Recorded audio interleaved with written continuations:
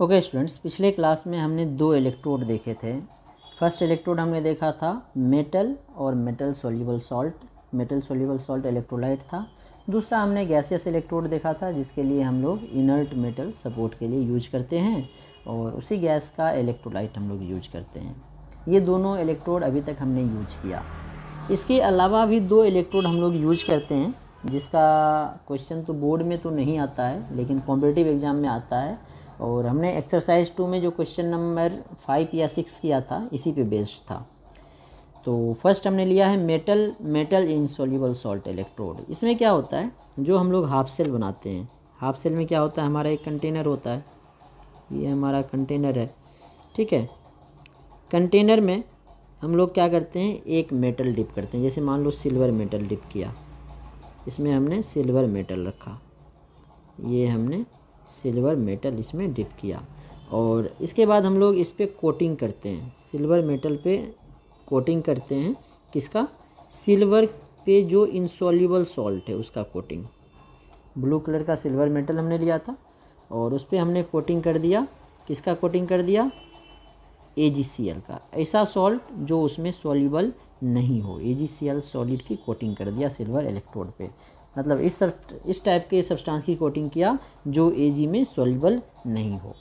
और इसमें इलेक्ट्रोलाइट लेंगे और इलेक्ट्रोलाइट हम लोग इस टाइप का लेंगे कि जो हम लोग इनसॉल्युबल सॉल्ट जिससे हमने कोटिंग किया था, किससे कोटिंग किया था, AgCl से, इसमें जो एनायन है Cl- इसका सॉल्ट हो, लाइक KCl, लाइक NaCl, इस टाइप, मतलब जो इसमें कोटिंग जिससे किया है AgCl से उसी का इलेक्ट्रोलाइट लेंगे, KCl सॉल्यूशन लेंगे एक्वस मीडियम में, ठीक है।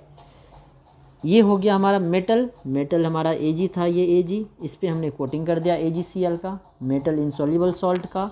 और जो हमने इलेक्ट्रोलाइट लिया, जो मेटल इनसॉल्युबल सॉल्ट था उसमें जो एनायन है उसी एनायन का इलेक्ट्रोलाइट लेंगे, ठीक है। अब ये वर्क कैसे करता है, एनोड की तरह भी वर्क करेगा, कैथोड की तरह भी करेगा। तो सबसे पहले हम लोग एज एनोड देखते हैं, एनोड की तरह कैसे ये वर्क करता है, ठीक है। तो एनोड की तरह जब भी वर्क करेगा तो इसका क्या होगा, ऑक्सीडेशन होगा। तो मेटल हमारा सिल्वर है तो सिल्वर का ऑक्सीडेशन हम लोग किस तरह से दिखाएंगे, Ag कन्वर्ट हो जाएगा Ag प्लस एक्वस में प्लस इलेक्ट्रॉन। अब जो Ag प्लस है वो क्या है, Ag, यहाँ पे जो AgCl है इसी में रहेगा, AgCl में क्या है, Ag प्लस Cl-, तो Ag प्लस यही आएगा जो Cl- के साथ कंबाइन कर लेगा, Cl-। अब इसीलिए हमने इस इंसॉल्युबल सॉल्ट का जो एनायन है उसका इलेक्ट्रोलाइट लिया है, इसमें Cl- लिया है। तो जो ये Ag प्लस बनेगा, ये Ag प्लस, जो Ag प्लस एक्वस बनेगा वो Cl- के साथ कंबाइन करके AgCl बना लेगा, क्योंकि हमारा जो सॉल्यूशन है उसमें Cl- है। तो Ag प्लस और Cl- सॉल्यूशन, जो KCl हमने लिया है या NaCl ले सकते थे, और Ag प्लस भी सॉल्यूशन में पहले आएगा, Ag प्लस Cl- दोनों कंबाइन करके AgCl सॉलिड बनाएगा जो कि इस पर डिपोजिट रहेगा। अब इस इलेक्ट्रोड का फ़ायदा क्या है, इस इलेक्ट्रोड का सबसे बड़ा फ़ायदा है जब हम लोग चार्जिंग करते हैं तो चार्जिंग करने के लिए हमें सॉल्यूशन से नहीं लाना पड़ता है। जो AgCl है, जो Ag प्लस है, वो इसके पास ही डिपॉजिट रहता है, वहाँ से डायरेक्ट Ag बन जाता है, मतलब चार्जिंग इसका फास्ट होगा, इसीलिए इस टाइप का इलेक्ट्रोड यूज किया जाता है, ठीक है। तो इसको 1 मान लो, इसको 2 मान लो, तो कंप्लीट रिएक्शन क्या होगा एनोड पे, तो इसको ऐड कर दो, कंप्लीट हाफ सेल रिएक्शन लिख लेते हैं। जैसे हम लोग सेल रिएक्शन लिखते थे उसी तरह इसको हाफ सेल रिएक्शन लिखें तो क्या होगा, जो हमारा Ag सॉलिड है, ठीक है, तो Ag सॉलिड, अब देखो Ag प्लस एक्वस और एक्वस ये क्या होगा, कैंसिल आउट हो जाएगा। तो क्या बचेगा हमारे पास, Cl-, Ag plus Cl- aqueous, ये किस में कन्वर्ट हो रहा है, ये तो कैंसिल हो जाएगा, AgCl सॉलिड बचेगा जो डिपॉजिट रहेगा प्लस इलेक्ट्रॉन। तो एनोड पे हाफ सेल रिएक्शन इस तरह का होगा। अब इसको रिप्रेजेंट कैसे करते हैं, एनोड को रिप्रेजेंट करने के लिए सबसे पहले हम लोग क्या लेते हैं, एनोड का इलेक्ट्रोड कौन है, इसका रिप्रेजेंटेशन सबसे पहले मैं लिख देता हूँ, रिप्रेजेंटेशन हम लोग कर रहे हैं। अब कैसे रिप्रेजेंट कर रहे हैं, रिप्रेजेंटेशन, तो सबसे पहले एनोड हमारा है सिल्वर सॉलिड। इसके बाद हम लोग लेते हैं इलेक्ट्रोलाइट। तो इलेक्ट्रोलाइट हमने क्या किया है, सबसे पहले तो इनसॉल्युबल सॉल्ट लिया है Ag के कॉन्टैक्ट में, तो Ag सॉलिड, AgCl सॉलिड, ये हमारा इलेक्ट्रोड ही है, जो Ag और AgCl है ये दोनों इलेक्ट्रोड ही हो गया, ये दोनों सॉलिड ही है। इसके साथ जो इलेक्ट्रोलाइट लिया है अब लिखेंगे हम लोग Cl माइनस एक्वस। अब Cl माइनस के साथ आप लिख सकते थे KCl भी लिख सकते थे, या Cl माइनस, क्योंकि K के बदले सोडियम भी ले सकते हैं, लेकिन Cl रहना चाहिए क्योंकि यहाँ पे Cl है। यही Cl माइनस Ag प्लस के साथ AgCl बना के फिर इसको यहाँ रखेगा, फिर हम लोग सॉल्ट ब्रिज रखेंगे, आगे कैथोड जो भी हो। तो इस तरह से हम लोग इसे रिप्रेजेंट करेंगे, ठीक है। इसके बाद ये जो इलेक्ट्रोड है ये कैथोड की तरफ भी वर्क करेगा। जब हम लोग एज ए कैथोड वर्क करें तो इसको कैसे रिएक्ट करेगा, ये किस तरह से रिएक्शन होगा कैथोड पे, वो देखते हैं। तो कैथोड पे रिडक्शन होगा, तो रिडक्शन किसका होगा, Ag प्लस का। Ag का तो होगा नहीं, तो जो AgCl सॉलिड था, पहले AgCl जो सॉलिड था वो ब्रेक कर जाएगा Ag प्लस एक्वस में और Cl माइनस एक्वस में, ठीक है। फिर ये Ag प्लस एक्वस जो है ये रिड्यूस होगा, मतलब जो इलेक्ट्रोड के साथ ही डिपॉजिट था वो रिड्यूस होगा, इलेक्ट्रॉन को गेन करके Ag सॉलिड बना लेगा। क्या बनाएगा, Ag सॉलिड, ठीक है। तो इसको 1 मान लेते हैं, इसको 2 मान लेते हैं। तो कंप्लीट हाफ सेल रिएक्शन क्या हो जाएगा, कंप्लीट हाफ सेल रिएक्शन क्या हो जाएगा। अब दोनों को ऐड कर दो तो देखो Ag प्लस एक्वस यहाँ भी है, यहाँ भी है, कैंसिल हो जाएगा। तो क्या हो जाएगा हमारा, AgCl जो सॉलिड था वो इलेक्ट्रॉन गेन किया और क्या बनाया, Ag solid plus Cl minus aqueous. ये हमारा हाफ सेल रिएक्शन हो जाएगा। अब इसका रिप्रेजेंटेशन कैसे करेंगे, रिप्रेजेंटेशन। तो रिप्रेजेंटेशन में सबसे पहले हम लोग क्या लिखते हैं, एनोड तो होगा ही, एनोड के बाद कैथोड लिखेंगे, ठीक है। तो कैथोड लिखने के लिए सबसे पहले हम लोग कैथोड का इलेक्ट्रोलाइट, तो इलेक्ट्रोलाइट क्या है इसमें, Cl माइनस एक्वस। तो पहले Cl माइनस एक्वस लिखेंगे, उसके बाद और AgCl भी हमारा इलेक्ट्रोड पे ही है सॉलिड फॉर्म में, और Ag जो है इलेक्ट्रोड पे ही है सॉलिड फॉर्म में। तो इस तरह से हम लोग इसे लिखेंगे, जो हमारा हो जाएगा मेटल इनसॉल्युबल सॉल्ट इलेक्ट्रोड। अब इसके बाद नेक्स्ट हम लोग देखते हैं कैलोमेल इलेक्ट्रोड। अब जो नेक्स्ट टाइप का इलेक्ट्रोड है जिस पे कभी कभी क्वेश्चंस बनते हैं, दैट इज़ कैलोमेल इलेक्ट्रोड। कैलोमेल, अगर फॉर्मूला देखोगे कैलोमेल, तो हम लोग Ag2Cl2 को कैलोमेल बोलते हैं। तो Ag2Cl2 का यूज इसमें करेंगे, इसलिए इसे कैलोमेल इलेक्ट्रोड बोलते हैं। एक्चुअली में इसमें जो ऑक्सीडेशन होगा वो मरकरी का होगा, मतलब मरकरी इलेक्ट्रोड भी बोल सकते हैं, लेकिन इसे कैलोमेल इलेक्ट्रोड ही बोलते हैं, इसी नेम से ये जाना जाता है, ठीक है। तो कैलोमेल इलेक्ट्रोड जो है, मरकरी लिक्विड होता है रूम टेम्परेचर पे, तो लिक्विड इलेक्ट्रोड है, इसीलिए इसके सपोर्ट के लिए हमें inert electrode like platinum use करना पड़ेगा। तो कैलोमेल इलेक्ट्रोड का अगर डायग्राम देखोगे तो डायग्राम में मैं बनाने की कोशिश करता हूँ, यहाँ पे बना के दिखाता हूँ आपको। ये हमारा कंटेनर हो गया, ठीक है। कंटेनर में हम लोग क्या करते हैं, प्लेटिनम वायर पहले लगाते हैं, और इस कंटेनर में एक चीज़ और, यहाँ पे थोड़ा सा होल रखना पड़ेगा जिससे हम लोग क्या करें, मरकरी वगैरह को फिल कर सकें। ये जो है हमारा फिलिंग होल हो गया, यहाँ से हम लोग फिल करेंगे, फिल होल, ठीक है। और यहाँ पे हम लोग क्या लगाएंगे, एक प्लेटिनम का वायर लगा देते हैं। ये जो है हमारा PT वायर है, PT वायर, ठीक है। प्लेटिनम है, सीधा रखो, वायर मतलब इसे वायर कनेक्ट करने के लिए, ठीक है, PT का है। अब यहाँ पे हम लोग क्या करेंगे, मरकरी रखेंगे। ये हमारा मरकरी है, ठीक है। ये मरकरी, ये चलो ये किसी भी कलर का डाल देते हैं फिलहाल। ये हम लोग यहाँ पे मरकरी रखें, ठीक है। यहाँ पे हमने Hg डाल दिया, ठीक है। इसके बाद इसके नीचे वाले पार्ट, जो ये वाला पार्ट है, इसमें तो नीचे वाले पार्ट जो है इसमें हमने डाल दिया है कैलोमेल। कैलोमेल हमारा होता है Ag2Cl2, इसमें फिल करेंगे हम लोग Ag2Cl2 और KCl सॉलिड फॉर्म में, ये भी सॉलिड रहेगा, और KCl भी हम लोग डालेंगे सॉलिड फॉर्म में, ठीक है। ये दोनों सॉलिड फॉर्म में पुट करेंगे, और इसको जो है सेचुरेट करेंगे हम लोग KCl से, मतलब इस चारों तरफ जो है इसमें, इसके चारों तरफ हम लोग KCl फिल कर देते हैं, सेचुरेटेड KCl। इधर हम लोग सेचूरेटेड KCl फिल करते हैं। इसमें हम लोग थोड़ा सा होल्स रखते हैं सब्सटेंस को बाहर निकलने के लिए, और जो है यहाँ पे जो है सॉलिड KCl डिपॉजिट होगा, यहाँ पे सॉलिड KCl डिपॉजिट होते जाएगा। ठीक है, अब इसमें क्या क्या करते हैं अब वो देखते हैं। ये तो हमारा इलेक्ट्रोड हो गया, मतलब मरकरी, ये जो येलो कलर है ये मरकरी है, मरकरी से हमने वायर कनेक्ट किया है, तो ये वायर मरकरी से तो कनेक्ट होगा नहीं, तो इसलिए हमने प्लेटिनम का सपोर्ट लिया है। इसके नीचे जो है मरकरी के नीचे हमने कैलोमेल दैट इज Ag2Cl2 और KCl लिया है, उसको चारों तरफ से हमने KCl सेचुरेटेड सॉल्यूशन से फिल किया है। ये भी एनोड और कैथोड दोनों की तरह वर्क करेगा। और अगर इसका स्टैंडर्ड रिडक्शन पोटेंशियल देखोगे, स्टैंडर्ड रिडक्शन पोटेंशियल इस इलेक्ट्रोड का पोटेंशियल ये आएगा 0.246 वोल्ट, और स्टैंडर्ड का मतलब है जो कंसंट्रेशन ऑफ Cl माइनस है ये 1 मोलर लेंगे, और नॉर्मेलिटी भी 1 नॉर्मल होगा क्योंकि इन्फेक्टर इसका 1 है। टेम्परेचर जो है 25 डिग्री सेंटीग्रेड लेंगे, तो इस टाइम पे इसका जो पोटेंशियल डिफरेंस आएगा वो आएगा 0.246 वोल्ट।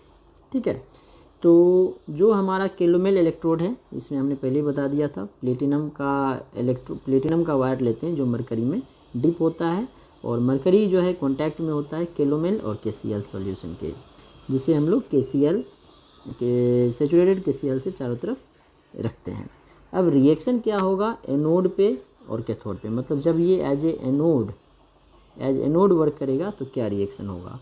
तो जो हमारा मरकरी है, मरकरी ऑक्सीडाइज हो जाएगा जो कैलोमेल में आयंस है Ag22+ में, Ag2Cl2 था, Ag22+ में ऑक्सीडाइज होगा और 2 इलेक्ट्रॉन लूज करेगा।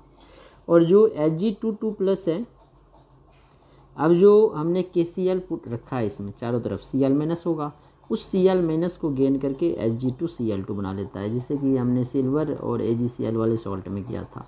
फिर से ये Ag2Cl2 बना लेगा सॉलिड, मतलब मरकरी के कांटेक्ट में Ag2Cl2 हमेशा रहेगा। ठीक है, ये 2Cl- आएगा एक्वस जो हमारा सेचुरेटेड सॉल्यूशन था। अब ये दोनों को ऐड कर दोगे तो कंप्लीट हाफ सेल रिएक्शन आ जाएगा, तो यहाँ से हमारा हाफ सेल रिएक्शन आ जाएगा। क्या आ जाएगा, अब देखो जो ये Ag22+ है, Ag22+ है, ये तो कैंसिल हो जाएगा, इधर बचेगा हमारा 2Hg लिक्विड और इसके साथ 2Cl- एक्वस, ये कन्वर्ट हो जाएगा Ag2Cl2 सॉलिड में, और ये 2 इलेक्ट्रॉन लूज करेगा। तो ये हमारा ऑक्सीडेशन रिएक्शन होगा। अब इसको रिप्रेजेंट कैसे करेंगे, इसका रिप्रेजेंटेशन इस सेल का जब ये एनोड की तरह वर्क करेगा तो कैसे रिप्रेजेंट करेंगे, रिप्रेजेंटेशन। तो Hg का ऑक्सीडेशन हो रहा है तो Hg एनोड की तरह काम करेगा, जिसके सपोर्ट में हम लोग प्लेटिनम यूज करेंगे, Hg लिक्विड, और Hg लिक्विड के साथ हमेशा कांटेक्ट में क्या रहेगा Ag2Cl2 सॉलिड, और जिसके लिए इलेक्ट्रोलाइट जो हमने यूज करना है Cl- एक्वस, इसके बाद सॉल्ट ब्रिज, देन कैथोड। ये हमारा हो गया एनोड की तरह।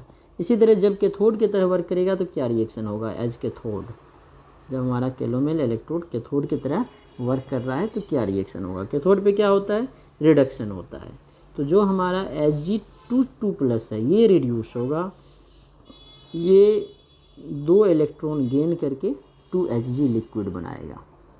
ठीक है, और जो ये Ag22+ है ये कहाँ से आएगा, ये Ag2Cl2 सॉलिड से आएगा, ये Ag22+ में कन्वर्ट होगा और 2Cl- में कन्वर्ट होगा।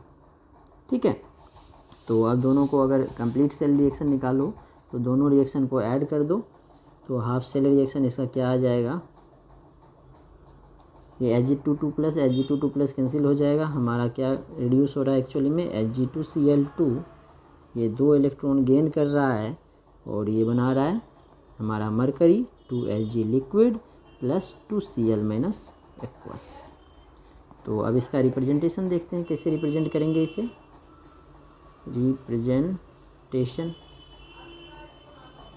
रिप्रेजेंटेशन में पहले हम लोग तो कैथोड की तरह बिहेव करा रहे हैं, तो पहले एनोड आएगा, फिर सॉल्ट ब्रिज आएगा, पहले फिर इलेक्ट्रोलाइट तो हमारा Cl- है, Cl- एक्वस, और जो इलेक्ट्रोड है मरकरी है, लेकिन मरकरी के साथ Hg2Cl2 हमारा हमेशा रहेगा, Hg2Cl2 और Hg लिक्विड। अब Hg लिक्विड है इसीलिए इसके सपोर्ट के लिए हमने क्या यूज किया है, प्लेटिनम सॉलिड, कॉमा देके भी लिख सकते हैं और वर्टिकल कॉलम से भी इसे लिख सकते हैं। तो टोटल 4 इलेक्ट्रोड हम लोग यूज करते हैं। जो हमने पढ़ा है, जो बोर्ड वगैरह में आता है वो वही आता है, मेटल और मेटल सॉल्युबल सॉल्ट या गैसियस इलेक्ट्रोड। इसके अलावा भी इलेक्ट्रोड होते हैं, जैसे कि मेटल इनसॉल्युबल सॉल्ट Ag और AgCl का देखा था, कैलोमेल इलेक्ट्रोड। तो मेटल इनसॉल्युबल सॉल्ट और कैलोमेल इलेक्ट्रोड पे ऑब्जेक्टिव क्वेश्चन आते हैं, इसलिए हमने इसे स्टडी किया है। अब हम लोग नेक्स्ट टॉपिक देखते हैं, conductivity, equivalent conductivity, molar conductivity. तो आज इसका इंट्रोडक्शन देख लेते हैं, नेक्स्ट क्लास में हम लोग इसकी डिटेल में पढ़ेंगे। तो इस टॉपिक को पढ़ने से पहले, जो कि हमारा कंडक्टिविटी, इक्विवेलेंट कंडक्टिविटी और मोलर कंडक्टिविटी है, हम लोग इसका इंट्रोडक्शन देखेंगे। तो कंडक्टिविटी कोई भी हो, ये कंडक्टर की प्रॉपर्टी होती है, चाहे इक्विवेलेंट हो या मोलर हो, ये कंडक्टर की प्रॉपर्टी होती है। और कंडक्टर जो है 2 टाइप के होते हैं, metallic conductor and electrolytic conductor. Metallic conductor हम लोग फिजिक्स में पढ़ते हैं और केमिस्ट्री में हम लोग इलेक्ट्रोलाइटिक कंडक्टर की बात करेंगे अभी। लेकिन अब इस दोनों में डिफरेंस क्या है, मेटेलिक कंडक्टर और इलेक्ट्रोलाइटिक कंडक्टर में क्या डिफरेंस है, हमें ये थोड़ा सा देख लेते हैं। उसके बाद हम लोग जो इंट्रोडक्शन है इस सारे टर्म का देखेंगे और नेक्स्ट क्लास में इसको हम लोग डिटेल में पढ़ेंगे, इक्विवेलेंट कंडक्टिविटी वगैरह। तो सबसे पहले मेटेलिक कंडक्टर क्या होता है और इलेक्ट्रोलाइटिक क्या होता है, ये थोड़ा सा मैं बता देता हूँ। मेटेलिक कंडक्टर और इलेक्ट्रोलाइटिक कंडक्टर।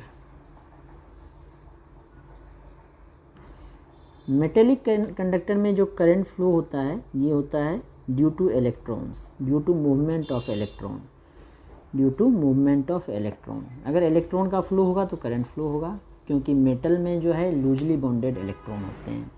और जो इलेक्ट्रोलाइट होता है ये एक्वस या मोल्टेन स्टेट पे अपने आयंस में ब्रेक होता है, इसीलिए इसमें जो करंट फ्लो होगा due to movement of ions होगा। इसका जो करंट फ्लो होगा, ये मैं पूरा डिटेल में सेंटेंस बना के PDF में लिख दिया है, due to movement of ions. इसमें करंट फ्लो होता है ड्यू टू आयंस, इसमें ड्यू टू इलेक्ट्रॉन्स, क्योंकि इसमें लूजली बॉन्डेड इलेक्ट्रॉन होते हैं और इसमें आयंस होते हैं। तो आयंस का मूवमेंट होगा, करंट फ्लो होगा, इसमें इलेक्ट्रॉन का मूवमेंट होगा और करंट फ्लो होगा। इसके बाद जो हमारा मेटेलिक कंडक्टर है, इसमें जब करंट का फ्लो होता है तो कोई केमिकल चेंज नहीं होता है, नो केमिकल चेंज, जो सब्सटेंस है वही रहेगा।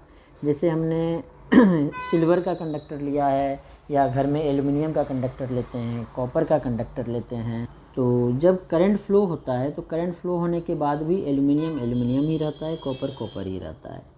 लेकिन जब हम लोग इलेक्ट्रोलाइटिक कंडक्टर लें तो उसमें चेंज हो जाता है। जैसे हमने गैल्वेनिक सेल में देखा था, जिंक जो है Zn2+ में बन जाता है। अभी हमने ऊपर इलेक्ट्रोड में देखा था, मरकरी Ag2Cl2 बना रहा था। तो इसमें केमिकल चेंज अकर होगा, इसमें केमिकल चेंज होगा, करंट जब फ्लो होगा तो केमिकल चेंज होगा, ठीक है। इसके बाद जो नेक्स्ट है वो हम लोग देखते हैं, इसमें मैटर का ट्रांसफ़र नहीं होता है, ओनली इलेक्ट्रॉन का मूवमेंट होता है, कोई मैटर का ट्रांसफ़र नहीं होता है, नो ट्रांसफ़र ऑफ मैटर।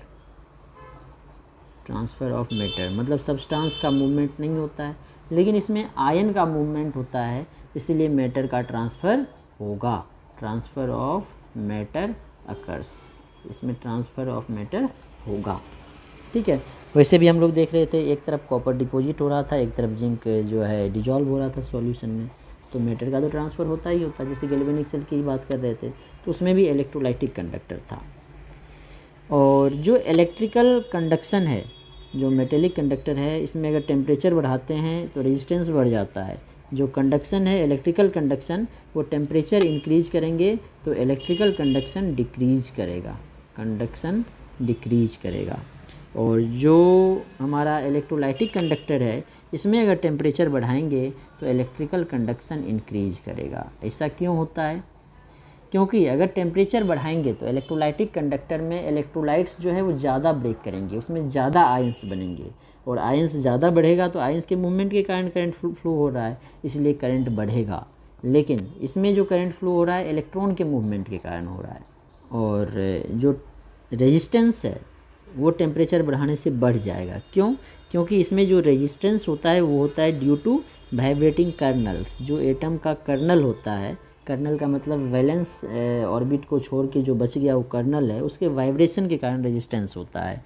तो रेजिस्टेंस बढ़ जाएगा, टेम्परेचर बढ़ाने से वाइब्रेशन बढ़ेगा, रेजिस्टेंस बढ़ जाएगा, इसलिए कंडक्शन डिक्रीज कर जाता है। और इसमें जो रेजिस्टेंस होता है ये होता है due to viscosity of solvent and inter ionic interaction. तो टेम्परेचर बढ़ाएंगे तो इंटर आयनिक इंट्रैक्शन घटेगा, रेजिस्टेंस घटेगा, इसीलिए कंडक्शन बढ़ जाएगा। और सॉल्वेंट की विस्कोसिटी भी, विस्कोसिटी टेम्परेचर के इन्वर्सली प्रोपोर्शनल है, टेम्परेचर बढ़ाएंगे तो विस्कोसिटी भी डिक्रीज कर जाएगा, जिसके कारण करंट क्या होता है इसका, इंक्रीज कर जाता है। तो ये दोनों जो कंडक्टर है इसमें डिफरेंस हमने देखा। अब हम लोग देखते हैं यहाँ पे थोड़ा सा ओम्स लॉ के बारे में।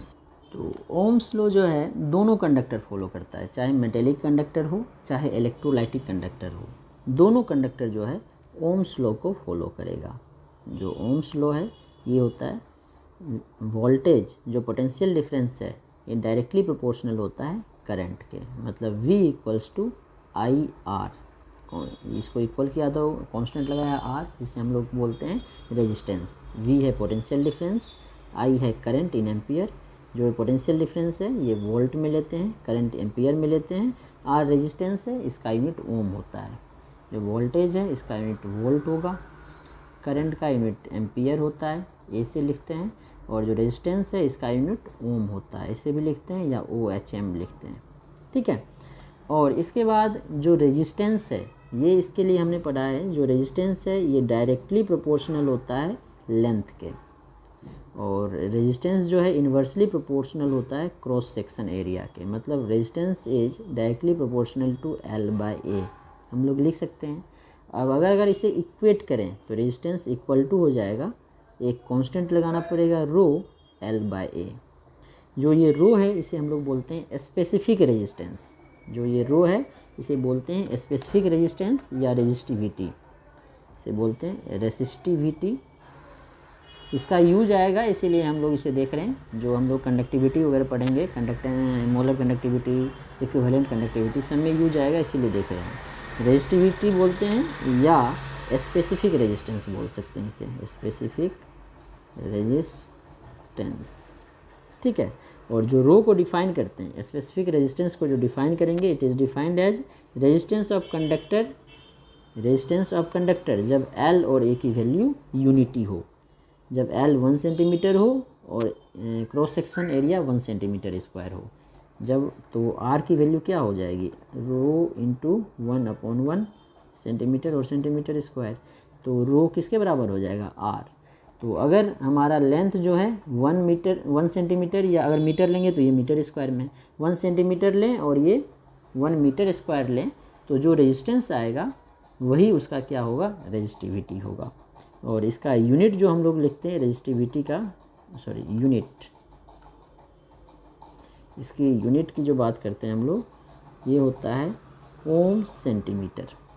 और ऐसा यूनिट में बोलोगे तो ओम मीटर हो जाएगा, यहाँ पे हम लोग लेते हैं ओम सेंटीमीटर। कैसे, तो रो की वैल्यू निकालोगे तो क्या होगा, R इंटू A/L।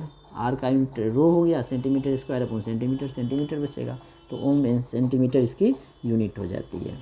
इसके बाद जो नेक्स्ट टर्म हम लोग देखते हैं वो देखते हैं कंडक्टेंस। कंडक्टेंस जो है हम लोग C या G से रिप्रेजेंट करते हैं, कंडक्टेंस।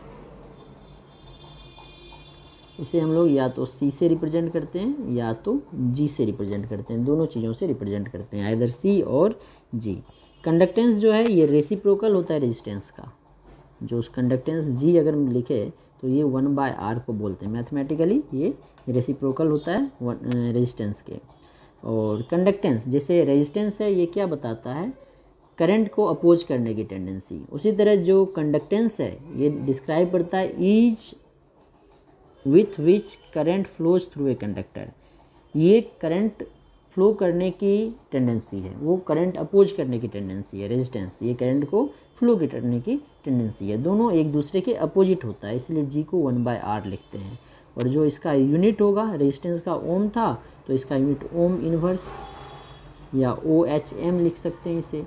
इसको हम लोग महो भी बोलते हैं, MHO, ओम का उल्टा।